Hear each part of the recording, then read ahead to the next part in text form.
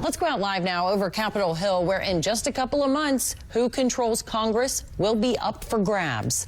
A major hot button issue that could play a factor in the upcoming midterm elections. It's education. Democrats learning a lesson from Virginia's governor's race last year. Republican Glenn Youngkin campaigned on schools and won by pushing for more parental rights. His challenger, Democrat Terry McAuliffe, instead focused on former President Donald Trump. Most importantly, we have to understand that people want control back in their lives. The pandemic, the closing of schools, it has taken control out of the hands of parents and people. And I think what Democrats have to do is say to people, look, we get it. Now governors from both sides of the aisle are following in Youngkin's footsteps, even placing their political weight behind local school board races. The National Desk, Kayla Gaskins, takes a look at how the federal government is now trying to weigh in.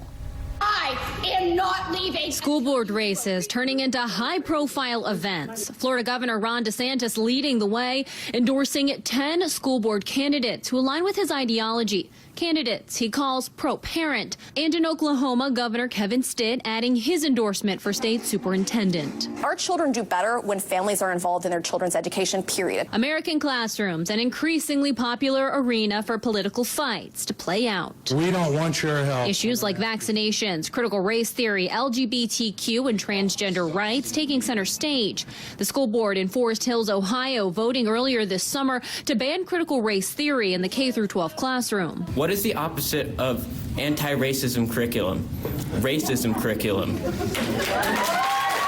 Children and staff should never be divided into arbitrary groups. The Biden administration tossing its hat into the ring, creating a new parents' council under the Department of Education. Some claim this council exists to push Biden's political agenda. And a lawsuit filed Wednesday alleges the lack of ideological diversity on the council violates federal law. As the council is currently constituted, is incredibly biased. Of the 14 groups, 11 of the organization's chief executives have donated to Democrat politicians. Several of them have come out in favor of gender ideology. Several of them, none of the organizations heads have given to Republican politicians. The Department of Education said they launched the council to, quote, facilitate strong and effective relationships between schools and parents.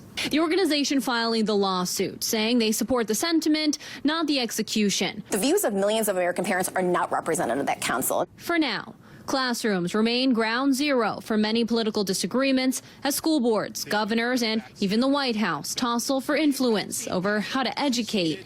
In Washington, I'm Kayla Gaskins for the National Desk, America's News Now.